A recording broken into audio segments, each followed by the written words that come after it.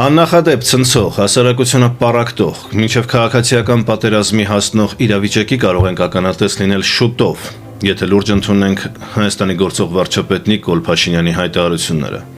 Նա որոշել է հայ առաքելական եկեղեցին բաժանել երկու մասի՝ ճիշտ եկեղեցականներ եւ սխալ եկեղեցականներ։ Հանավանքը, ինչպես բազմաթիվ այլ հուշարձաններ գտնվում են կառավարության հաշվեկշռում եւ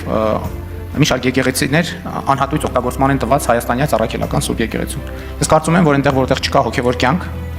այլ կան ինտրիգներ, կան խարդավանքներ, ֆեյքերի ոնց էին անվանել, հաջող ձևակերպում կար։ Ֆեյքերեցների թե երեց ֆեյքերի խմբեր են գործում։ Մենք կարող ենք կա բոլոր բարոյական եւ իրավականն էլ, որ մենք այդ հուշարձանները կվերադարձնենք հանրությանը եւ Տեր Արամին եւ նրա նման քահանաներին բոլոր ձևերով կաջակցենք, որ նրանք Հայաստանում վերականգնեն իրական հոգևոր կյանքը։ Տեր Արամը, ով կարգալույծ է արվել օրերս,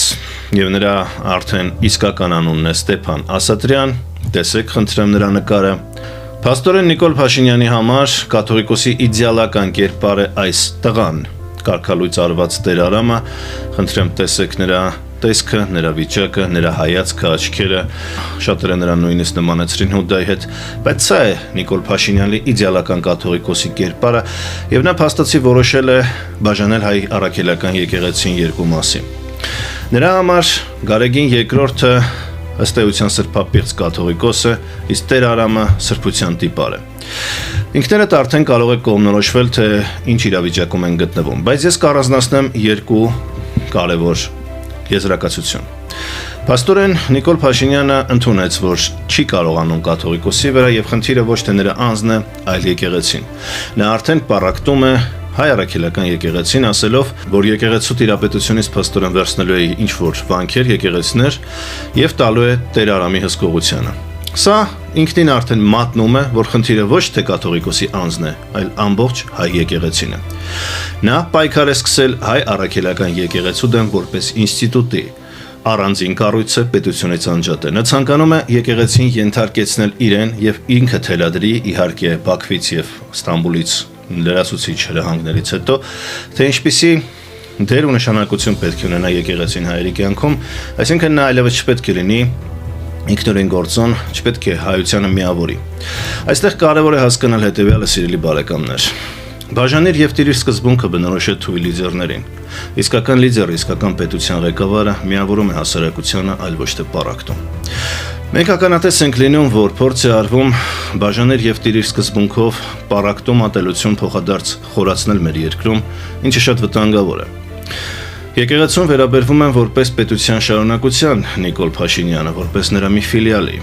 որը պետք է անի այն, ինչ ինքն է ցանկանում։ Ինքն է որոշում ինչը սրբությունը, իսկական կաթողիկոսի, իսկական հոգևորականը որն է։ Իսկ սա տանում է ուղիղ ճանապարհ դեպի բռնապետություն։ Իսկ երբ մարդկանց քաղաքացիական գործերից բացի խառնվում ես նաև նրա հոգևոր կյանքին եւ որոշում, որն է ճիշտ, որը սխալ, մի օր կարող ես քեզ իրավունք վերապահել որոշելու, թե ով պետք է ապրի, իսկ ով չապրի։ Խառնվելով եկեղեցու ըստ էության նաև հոգևոր իշխանության մինչև Աստծո գործերին, միթե կարելի է վերջում լավ արդյունքներ սպասել։ Ես կանխատեսում եմ շատ վատ զարգացումներ, ընդհանուր մինչև քաղաքացիական դիմադրություն միմյանց դեմ, եթե դու առանձին եկեղեցի ես հիմնում եւ գնում քո հավատավոր հոտով այնտեղ պատարակի, իսկ սահմանադրությամբ օֆիցիալ եկեղեցուն հռչակում ես որպես սրբապիղծ կառույց, ըստ էության դու ոչ թե միավորում ես քո ժողովրդին, դու տանում ես դեպի ներքին թշնամանք եւ պառակտում։ Իսկ դրանից ով կարող է շահել։ Կարող են շահել միայն Հայաստանի թշնամիները։ Հետևաբար այս քաղաքականությունը որևէ օգուտ չի բերելու հայ ժողովրդին, այլ տանելու է ուղիղ դեպի նոր աղետներ եւ նոր ճգնաժամեր։ Հետևաբար ողջունել այս ամենը եւ այս գոպնիկներին փորձել նույնիսկ մտնել հոգեվոր կյանք, ես երաշխավորում եմ, որ մենք գուցե ապագայում կանգնենք պետականության կորստի վտանգի առջև։